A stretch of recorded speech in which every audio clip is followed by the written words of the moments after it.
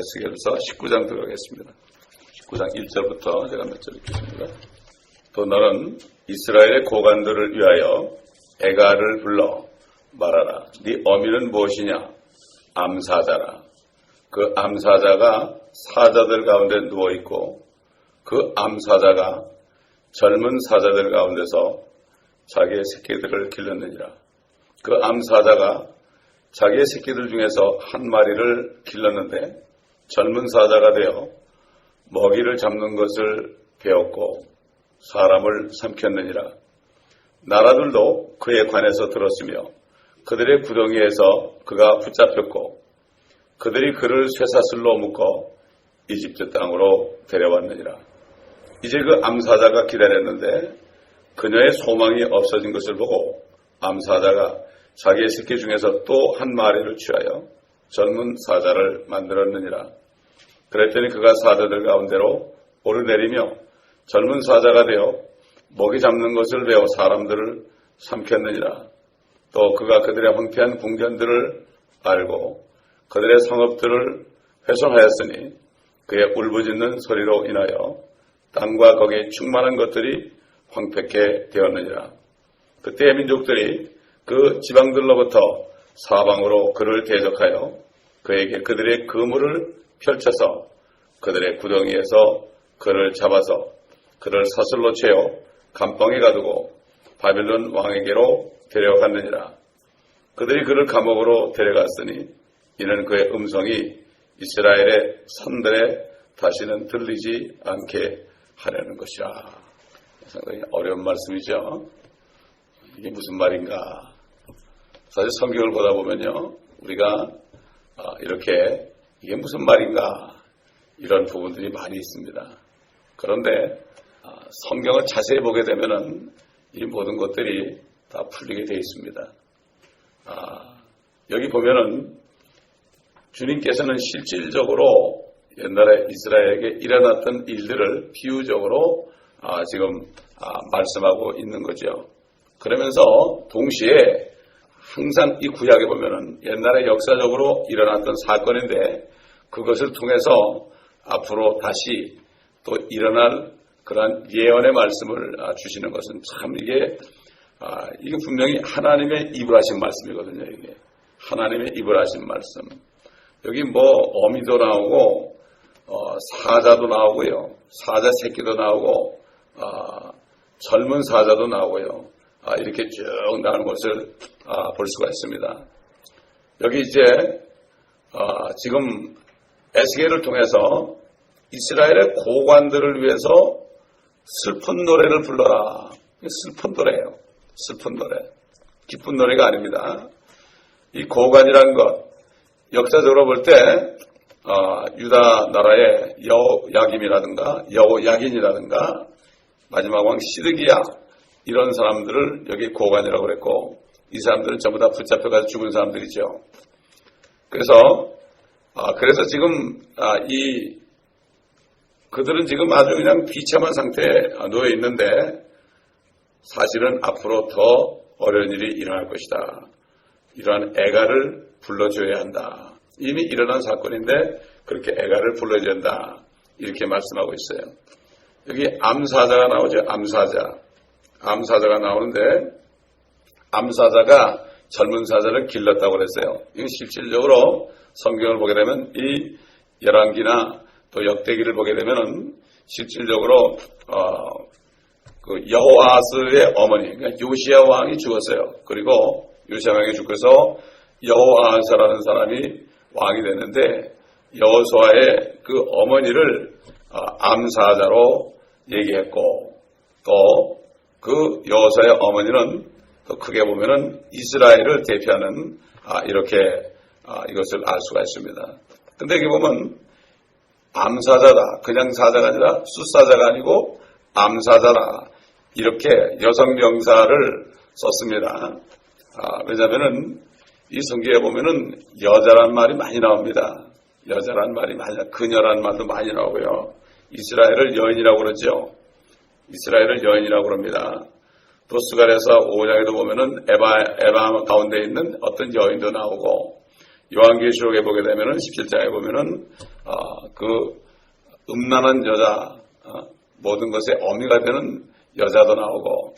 그런데 이게요, 이 성경 66권은 자세히 공부하게 되면은 그 단어들로 해서 하나하나 끼워가지고 해답이 다 나오는데, 그런데 결국 사단이 사람들을 사용해서 그 단어를 조금씩 바꿔놓으면은 문맥이 통하지 않게 되어 있어요.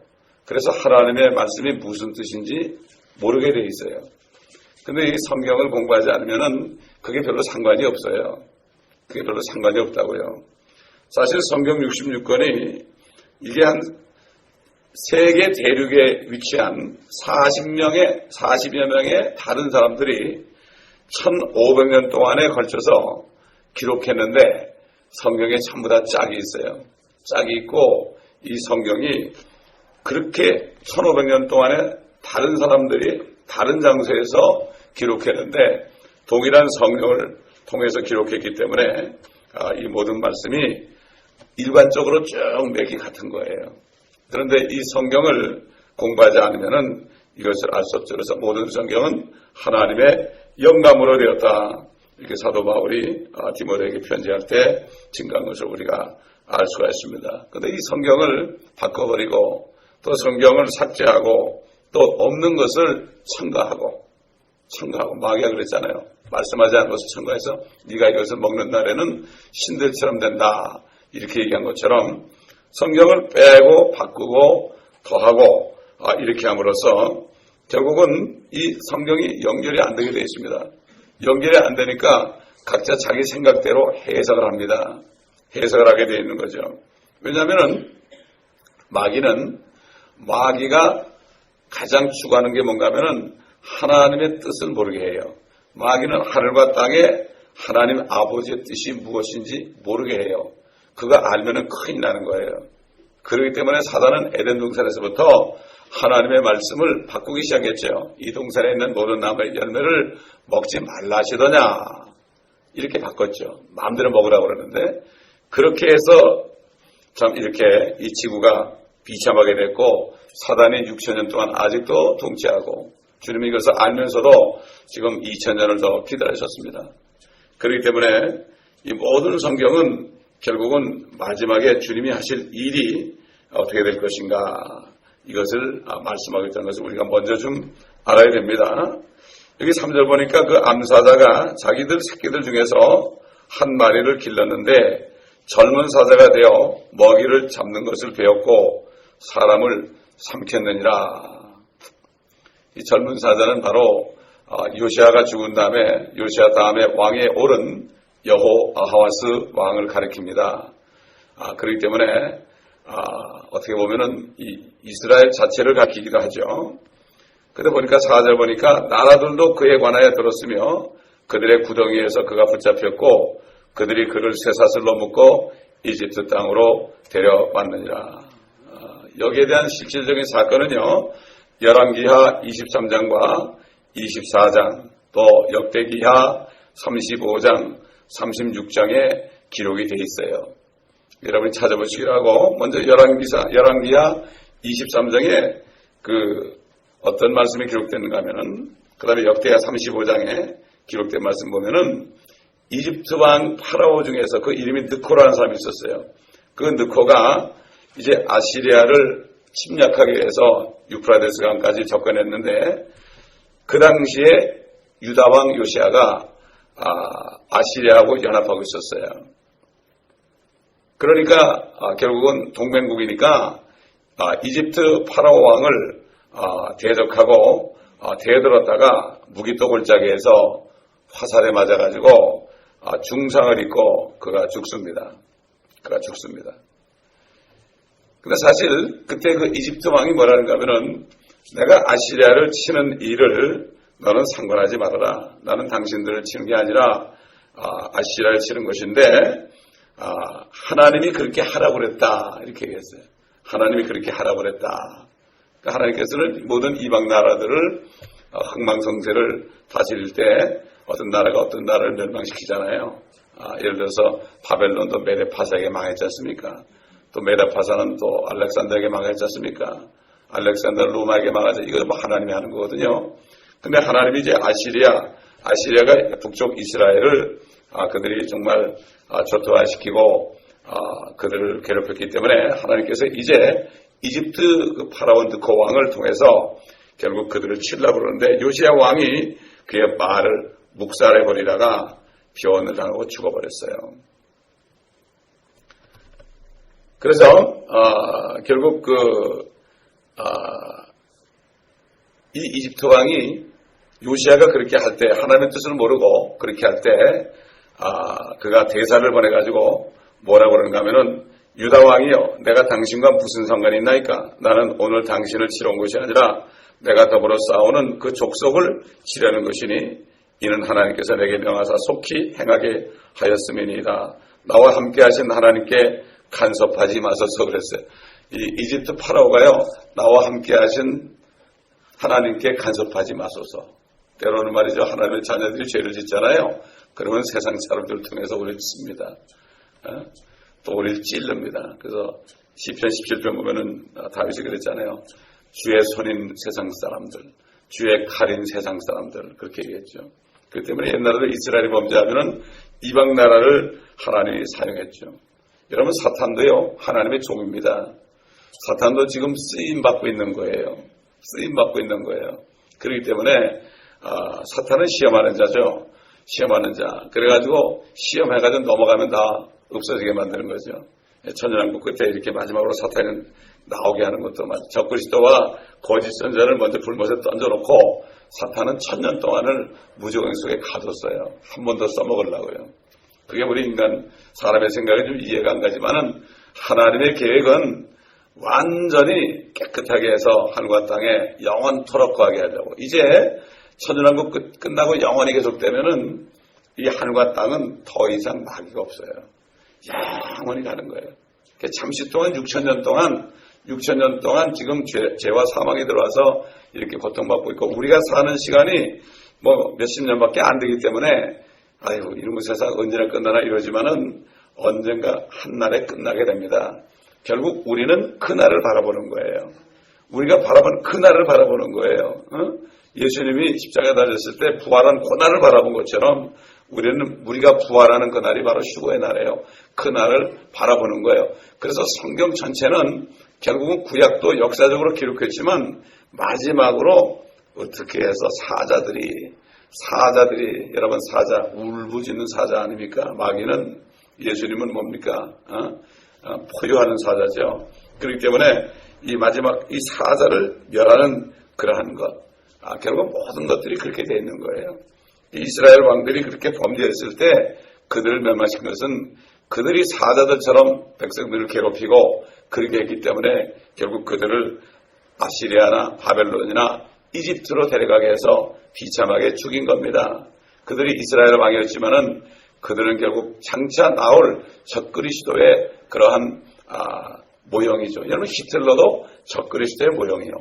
무솔리니도 적그리스도의 모형이요. 파라오도 그렇고 느부갓네살도 그렇고 시저도 그렇고 다 앞으로 나타날 적그리스도의 모형인 것입니다. 그래서 요한 1서 4장에 보게 되면은 그 적그리스도가 오리라 하였지만은 이미 있다 그랬습니다. 2000년 전부터 있다고 그랬죠. 근데 그 적그리스도의 영이 사람들에게 들어가서 그래가지고 하나님의 자녀들을 괴롭히고 하나님의 백성들을 괴롭히고 이런 것이 바로 지금까지 계속되고 있는 거죠. 그래가지고 결국 그 요시아가 죽은 다음에 여호아하스가 왕으로 추대됐지만은 석 달 만에 이집트 파라오가 그를 패배시켜버리고 이집트로 잡혀가고 말았어요. 이게 바로 4절에 나오는 거죠. 그가 붙잡혔고 그들이 그를 쇠사슬로 묶고 이집트 땅으로 데려왔느니라. 그러니까 이 어미가 결국 여호와스의 어머니가 암사자같이 해가지고 사자를 길렀습니다. 그래서 젊은 사자를 길렀는데 사자가 뭐합니까? 죽이는 일을 하잖아요, 사자가. 그래가지고 그 고관들을 시리아까지 해가지고 전부 다 결국 붙잡혀서 어떤 사람은 이집트로 어떤 사람은 바벨론으로 이렇게 끌려가서 비참하게 죽는 것을 우리가 볼 수가 있습니다. 이제 5절, 5절에서 9절 사이의 이 말씀, 이것도 역시 열왕기하 23장에서 그 역사적으로 일어난 일이 있습니다. 그 열왕기하 23장 34절을 보면 이런 말씀이 있어요. 파라오 느코가 요시아의 아들 엘리야킴을 그의 아버지 요시아의 자리에 왕으로 삼고 그의 이름을 여호야김으로 바꾸었으며 여호아하스를 잡아갔으니 그가 이집트로 가서 거기서 죽었더라. 여호야김. 그래가지고 열왕기하 24장 1절부터 읽어보게 되면은 또 이런 말씀이 있어요. 여호야김 시대에 바벨론 왕 느부갓네살이 올라왔으니 여호야김이 3년간 그의 종이 되었고 그 후가 돌이켜 그에게 반역하였더라. 그때 주께서 그를 치시고 갈대아 부대와 시리아 부대와 모압 부대와 암몬 자손의 부대를 보내시어 유다를 쳐서 멸망시켰으니 주의 종 선지자들을 통하여 하신 주의 말씀대로 되었더라. 결국 이렇게 그 암사자는 바로 여호아스의 어머니. 그래서 요시아 다음에 왕이 된 그 자기 아들을 사자처럼 길렀어요. 아주 난폭하게 길렀죠. 결국 젊은 사자가 됐죠. 근데 결국 느부갓네살에서 붙잡혀가지고 그는 비참하게 죽고 그 이후에 여호야긴이라는 사람이, 하나는 여호야김이고 하나는 여호야긴이라는 사람이 죽은 후에 이제 왕이 되었죠. 참 이렇게 하나님께서는 그 고관들이 그 어미가 또 이스라엘이 그 왕들을 사자새끼로 길러가지고 젊은 사자로 길러가지고 뜯어먹게 했기 때문에 결국 이렇게 했다. 7절 보게 되면은 또 그가 그들의 황폐한 군정들을 알고 그들의 성읍들을 훼손하였으니 그의 울부짖는 소리로 인하여 땅과 거기에 충만한 것들이 황폐케 되었느니라. 이게 뭡니까? 결국 바벨론이 와가지고 주의 전에 모든 근 기명들을 다 끌어냈죠. 이스라엘 솔로몬 왕이 주의 성전에서 만든 모든 근 기명들을 산산조각냈습니다. 이게 열왕기하 24장 13절에 나옵니다. 열왕기하 23장 24장에 보면은 지금 주님이 하신 이 말씀이 그대로 이루어진 것이 나옵니다. 성전이 회파됐죠. 그래가지고 열왕기하 24장 14절 보면은 모든 예루살렘 거민과 모든 관료들과 모든 힘센 용사 1만 명을 사로잡아갔으며 또 모든 장인들과 대장장이들을 사로잡아갔으니 그 땅의 백성 중 극빈층 외에는 남은 자가 없었을 정도가 되었다. 그러니까 다 잡아갔어요. 거기는 아주 가난한 사람, 무식한 사람, 늙은 사람, 이런 사람은 내버리고 다 잡아갔죠. 자, 그래가지고 8절에 보니까 그를 사슬로 채워 철당에 넣어 바벨론 왕에게로 데려갔느니라. 그들이 그를 감옥으로 데려갔으니 이는 그의 음성이 이스라엘 산들에 다시는 들리지 않게 하는 것이라. 포악하게 부르짖는, 사자가 부르짖잖아요. 울부짖잖아요. 잡아먹으려고요. 그 포악한 왕을 그 소리가 더 이상 들리지 않게 하기 위해서 하나님께서는 바벨론 왕을 사용하신 거죠. 옛날에 히틀러가 그렇게 난리칠 때도 결국 연합군을 통해서 그가 비참하게 죽었잖아요. 이거는 역사가 증명하는 겁니다. 그렇기 때문에 이 여호아하스가 이렇게 젊은 사자가 돼가지고 이스라엘을 괴롭힐 때 하나님이 바벨론 중에서 데려갔다. 여러분 이 사자라는 말이 말이에요. 사자라는 말이 욥기 4장에 나와요. 우리 욥기 4장을 다 찾아봅시다. 욥기 4장. 지금까지 우리가 역사적인 사건을 봤죠. 그런데 우리가 교리적으로 이게 어떻게 연결되는가 봐야 됩니다. 여기 사자라는 말이 나오는데 욥기에 사자라는 말이 나오는데 이것을 연관 안 시키게 되면은 양쪽에다 무슨 말인지 하나도 몰라요. 그렇죠? 욥기 4장 8절 보게 되면은요. 8절 보게 되면 8절부터 쭉 읽겠습니다. 4장 8절. 내가 본 바와 같이 죄악을 경작하는 자와 악을 심는 자는 같은 것을 거두나니 그들은 하나님의 입기운에 멸망하고 그의 콧김에 소멸되느니라. 사자의 으르렁거림과 사나운 사자의 소리와 젊은 사자들의 이빨이 부러졌도다.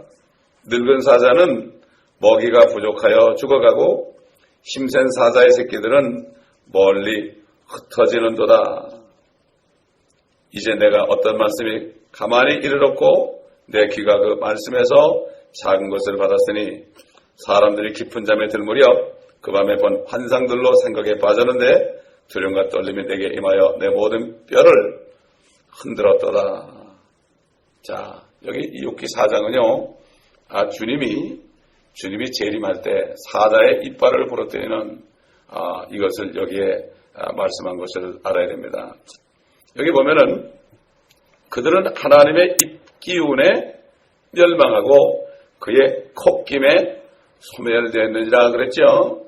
그 사자들이 그렇게 참 하나님의 입기운에 멸망하고 콧김에 소멸되었다. 그럼 이게 무슨 말일까요? 우리 한번 데살로니가 후서 보겠습니다. 성경이 다 연결돼요. 데살로니가 후서 2장, 우리가 많이 들은 말씀인데 데살로니가 후서 2장 7절부터 보겠습니다. 불법의 신비가 이미 활동하고 있나니 현재는 막는 자가 있어 막을 것이나 그가 그 길에서 옮겨질 때까지만 그리하리라. 그리고 나서 그 악한 자가 나타나리니 주께서 그를 자기 입에서 나오는 영으로 소멸하시고 그의 찬란한 오심으로 제거하시리라. 같이 통하죠? 아까 욥기에 보면은 하나님의 입 가운데서 멸망하고 그의 콧김에 소멸된다. 그런데 여기 보게 되면은 자기 입에서 나오는 입김이죠. 영으로 소멸하시고 그의 찬란한 오심으로 제거하리라. 같은 말씀이죠. 여러분 이 하나님의 콧김 때문에요. 코로 훅 하기 때문에 바다의 통로들이 드러난다. 여러분 시편 18편 15절 보겠습니다.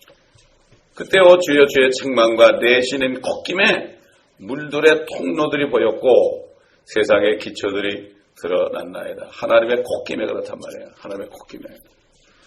근데 문제는 뭔가 하면은 이런 것들을 다 뭐라는가 하면 이건 상징적이다 그래요. 다 상징적이다. 전부 상징적이다. 그래가지고 이걸 상징으로 보니까 앞으로 주님이 오실 때 심판의 날에 일어날 일들을 하나도 모르는 거예요. 하나도 모르는 거예요. 근데 보세요.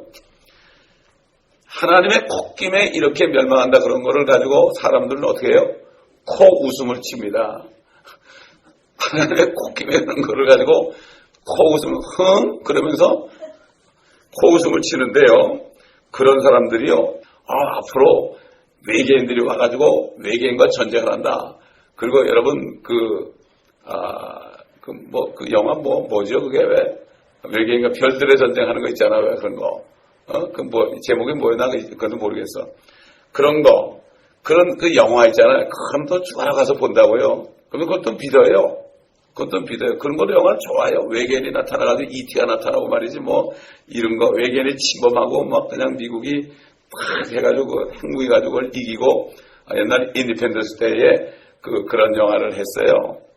외계인이 오는데 미국이 결국 그걸 격퇴하는 거예요. 그래가지고 독립했다. 그래가지고 독립기념일날 그 영화를 상영한 적이 있어요. 그런 것들은 사람들이 그냥 보고서 좋아하고 믿고 그래요. 여러분 또 보세요.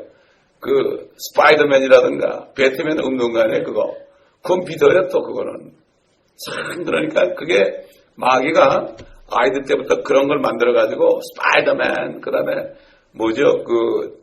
슈퍼맨 그래가지고 아주 그걸 믿게 만들었어요. 우리 아들이 한 3살 때인가 보자기를 이렇게 뒤에다가 뒤집어 쓰고 그다음에 그 티테이블 있잖아요. 소파에서 티테이블 쪽으로 소파면은 날랐어요. 날라가지고 코가 여기 완전 깨져버렸어요. 그것도 한 번, 2번 그랬죠. 2번.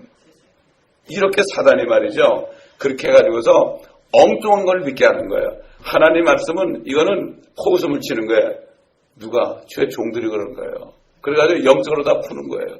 그래가지고 마귀가 천원 그물에 다 걸린 거예요. 이런 것들. 그러니까 암사자가 나와도 숫사자가 나와도 젊은 사자가 나와도 그런 거겠지 그런 거겠지. 이렇게 해서 웃어버리는 때가 되었다. 이게 지금 욥기라든가 데살로니가 후서에 있는 말씀은 대환란 기간 동안에 주님이 이제 나타난 적그리스도 그를 이 기운으로 멸한다. 여러분 한번 보세요. 자, 우리 요한계시록 19장 보세요. 이게 다 연결이 되는 거예요.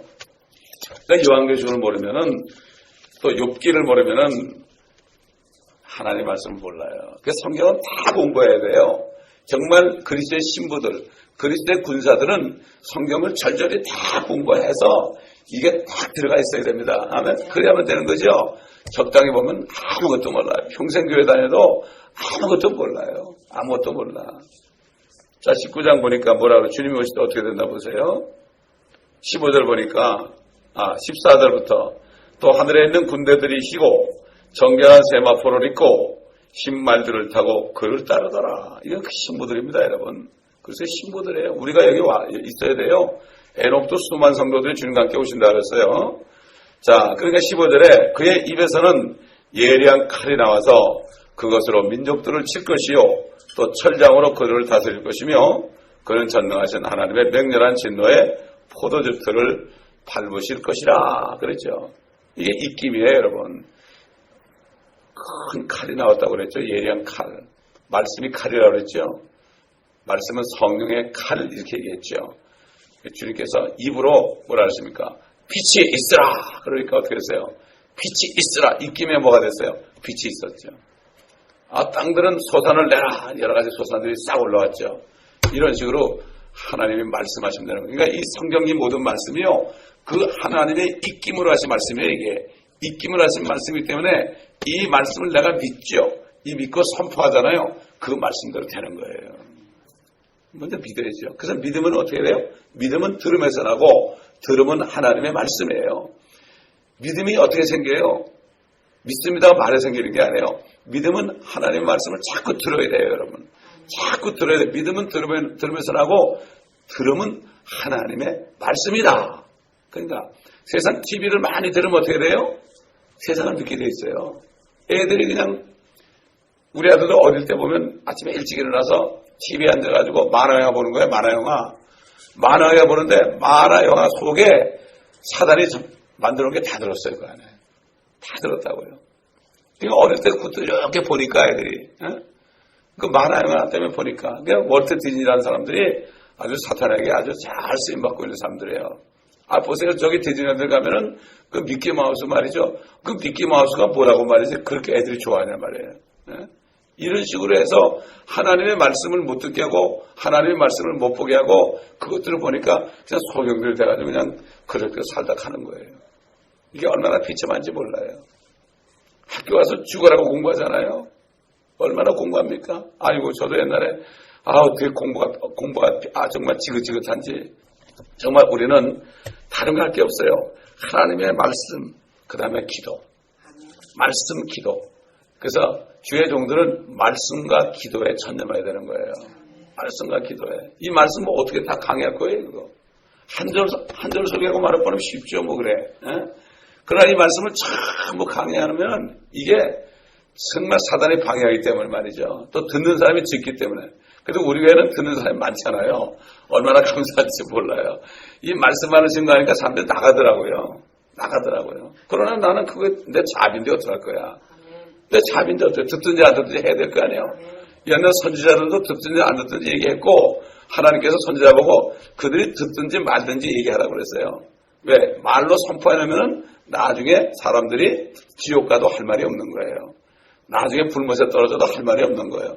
백보자 심판대에서 심판을 받아도 할 말이 없는 거죠. 그렇기 때문에 참 이게 정말 이런 시대가 됐습니다, 여러분. 그래서 성경 말씀을 하여튼 다 공부해야 돼요. 우리 사이트에 들어가 있는 거를 다 들어야 돼요. 다 들어야 돼요. 제가 요한계시록을 강의하고 그 다음에 창세기로 넘어갔어요. 그 다음에 창세기 한 다음에 출애굽기로 넘어갔어요. 그 다음에 시편으로 넘어갔어요. 이렇게 쭉 해서 돌고 있잖아요, 지금. 에스겔도 하고 있는 거예요, 지금. 주님이 오시는 날까지 저는 이렇게 성경 강의하고 이 새벽 시간은 군사들이 말씀으로 무장하는 시간입니다. 제가 금요일 날도 조금 이제 그런 말씀을 주고 시작했지만은 벌써 아이들이 그래요. 아이들이 뭐라는 거면 아이들이 둘이 나오잖아요. 아이들의 반응이 벌써 어떤 반응이 나는 거면 주일 설교하고 다른데 더 좋다는 거예요. 들어가는 거예요. 벌써 얼마나 감사한지 몰라요.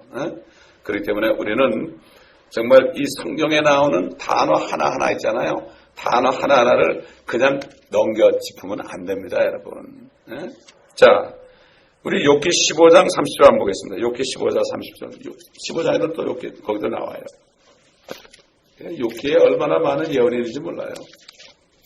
그냥 어떤 사람이 그냥 고통받고 뭐 이렇게 나중에 축복받고 그런 단순한 얘기가 아닙니다. 이게 그 친구들이 하는 얘기와 그 다음에 그 마지막으로 이제 나오는 사람이 있죠. 그 사람의 입을 통해서 엄청난 그 하나님의 참 비밀스러운 말씀들을 선포하고 있죠. 15장 30절 보면은 그가 흑암에서 떠나지 못하리니 불꽃이 그의 가지들을 말려버릴 것이며 그분의 입김에 의하여 그가 멀리 가리라. 불꽃이 뭡니까? 불못에 떨어진다는 얘기죠. 입김에 의해서 멀리 가리라. 또 하나님의 입김이 나옵니다. 입김이 나옵니다. 여러분 생각해 보세요. 옛날 홍해가 갈라졌죠? 어떻게 갈라졌겠습니까? 입김이죠. 동풍이 불었습니다. 밤새도록 동풍이 불었습니다. 이게 성령의 바람입니다. 이게. 그래서 이스라엘에 동풍이 불게 한다. 그래가지고 망하게 한다고 그랬죠.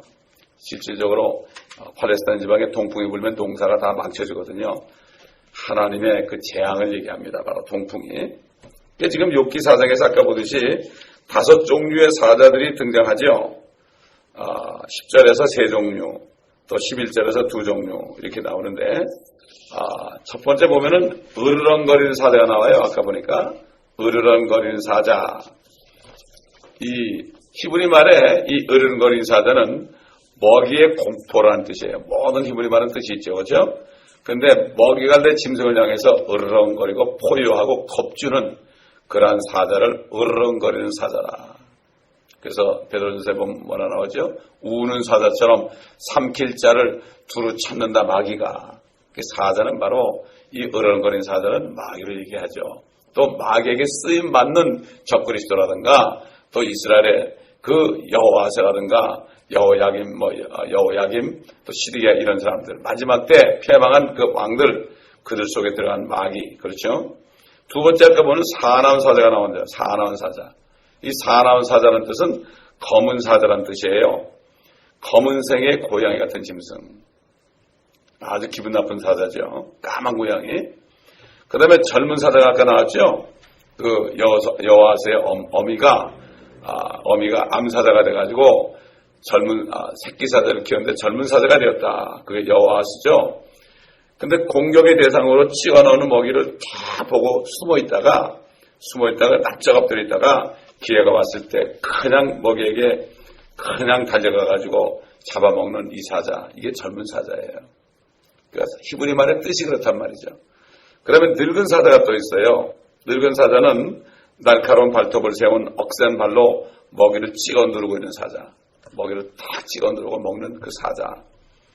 그 다음에 다섯 번째 힘센 사자가 나와서 여기에 새끼들에게 젖을 물리는 사자라는 뜻입니다. 자기 새끼들을 키운단 말이죠. 마귀가 자기 새끼들 키우지 않습니까?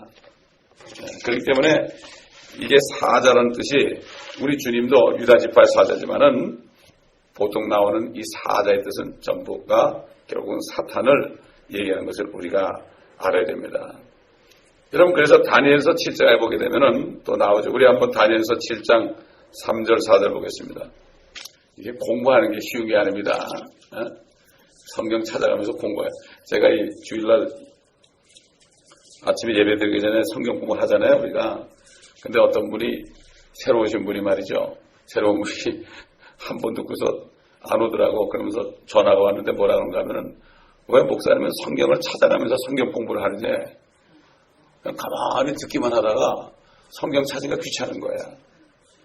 왜 성경을 찾아가면서 공부를 하는, 그런데 세상에 처음 봤다는 거야.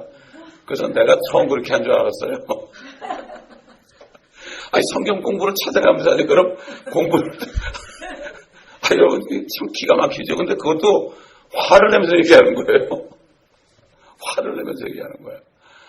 야, 별 하여튼 내가 얘기도 다 들어봤습니다. 그 속으로 참, 주님, 저 사람이 저렇게 얘기하는데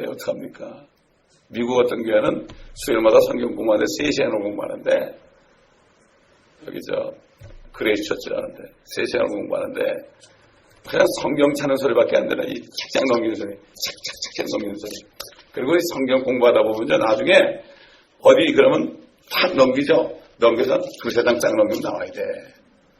이게 구약에 있는가 신약에 있는가, 이게 고통 문제가 아닙니다. 이게 여러분, 많은 사람들이요 성경 그러죠. 구약인가 신약인가 모르는 사람 너무 많아요. 이게 실제 현실입니다. 이게 지금 현실이에요. 현실. 자, 다니엘서 7장 3절 4절 보겠습니다. 새벽 시간에 와서 또 찾는 거 힘들죠. 잠도 들게 해가지고. 그래도 공부해야 됩니다. 우리는 없잖아요. 다른 시간이.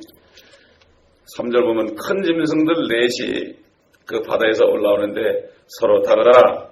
첫째는 사자 같고 독수리의 날개가 있는데 내가 보니 그 날개가 뽑혔고 또 땅에서 들려서 사람처럼 발로 서 있게 되어 있으며 또 사람의 마음을 가졌더라. 독수리의 날개를 가진 사자는 역사적으로 이 페르시아를 얘기해요. 페르시아 얘기하고, 여기 짐승 넷이 나오죠. 이 모든 이방 왕국들입니다. 하나님의 백성들을 대적하다가 마지막으로 예수 그리스도의 왕국에 무너져버리는 적그리스도의 왕국을 상징합니다. 여러분, 다니엘서 2장 44절 보세요.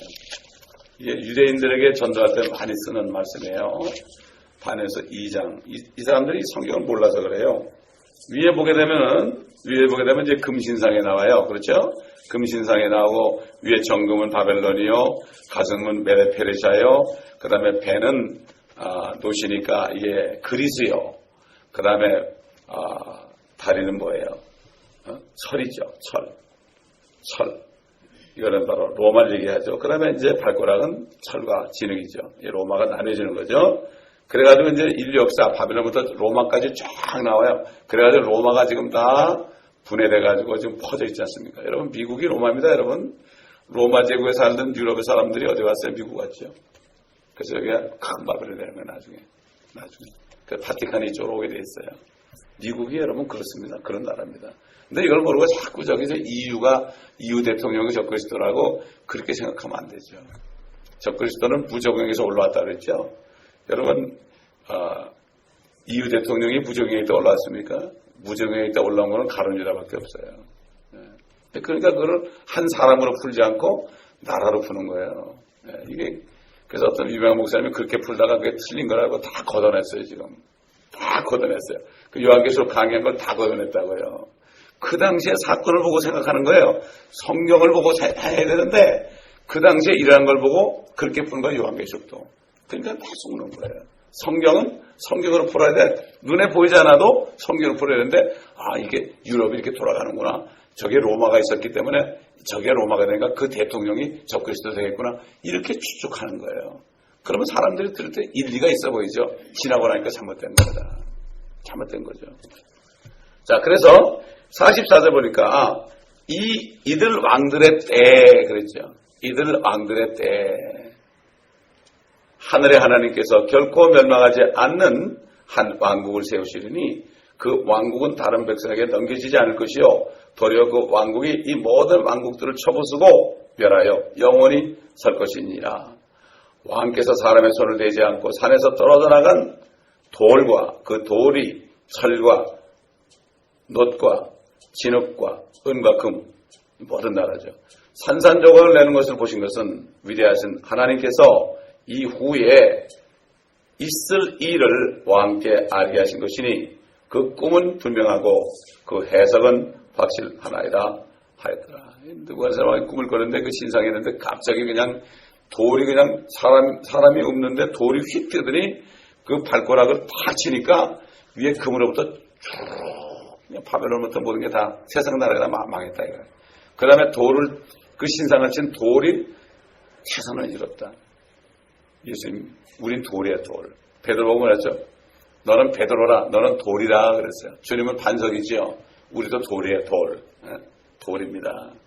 그래가지고 어떻게 돼요? 주님이 오실 때 같이 내려와서 돌 같은 우리들이 이 땅에 태산을 이루는 거예요. 하나님의 자녀들이, 백성들이 태산을 이루는 거예요. 이게 바로 천년왕국의 시작이고 영원한 새 땅의 시작입니다. 이렇게 나오는 거예요. 이게 모든 나라들이 다 망한 거예요. 다 망하고 이렇게 될 것이다. 주님이 오시면 다 멸망할 것이다. 이렇게 성경은 정확하게 나타나고 있습니다. 자, 그래서 아까 얘기한 것처럼 요한계시록 5장 5장에서 예수 그리스도는 유다 지파의 사자다. 베드로전서 5장 8절에 마귀는 삼킬 자를 찾아 두루다니는 울부짖는 사자다. 그러니까 뭐죠? 마귀도 예수님을 모방합니다. 적그리스도는 그리스도를 그대로 모방합니다. 또 사탄의 종들도 그리스도의 종들을 모방합니다. 자, 우리 한번 마지막으로 로마서 찾아보겠습니다. 로마서 16장 17절 18절. 이제 형제들아 내가 너에게 권고하노니 너희가 배운 교리에 역행하여 분열을 일으키고 공박하는 자들을 주의하고 그들에게서 떠나라. 그러한 자들은 우리 주 예수 그리스도를 섬기는 것이 아니라 자기들의 배를 섬기는 것이니 정중한 말과 그럴듯한 언변으로 순전한 사람들의 마음을 미혹하느니라. 너희의 순종이 모든 사람에게 알려졌느니라. 그러므로 나도 너희로 인하여 기쁘도다. 그러나 나는 여전히 너희가 선한데 현명하고 악한데 어리석기를 원하노라. 평강의 하나님께서 사탄을 속히 너희의 발 아래서 부수실 것이니라. 우리 주 예수 그리스도의 은혜가 너희와 함께 있을지어다. 아멘. 로마서가 이렇게 끝납니다, 여러분. 사탄을 평강의 하나님께서 오셔가지고 그 발 밑에 부숴버릴 것이다. 이게 창세기 3장 15절에 나오죠. 여인의 부서는 너의 머리를 부숴버릴 것이다. 그리고 예수 그리스도가 나타나신 목적은 마귀의 일을 멸한다. 그렇죠? 마귀의 일을 멸한다. 이렇게 보게 되면은 이 에스겔서 계속해서 공부하겠지만 말이죠. 이 에스겔서 안에 있는 많은 하나님의 그 예언이 들어있잖아요. 이것을 볼 때 우리의 소망은 하나밖에 없죠. 하나밖에 없습니다. 그분이 오시는 거예요. 사도 바울은 마지막으로 가면서도 어떻게 했습니까? 속지 말아라.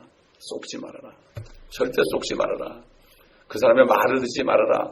그 사람이 정말 바른 교리의 말씀을 해만 되고 그렇지 않으면 떠나라. 이렇게 얘기했죠.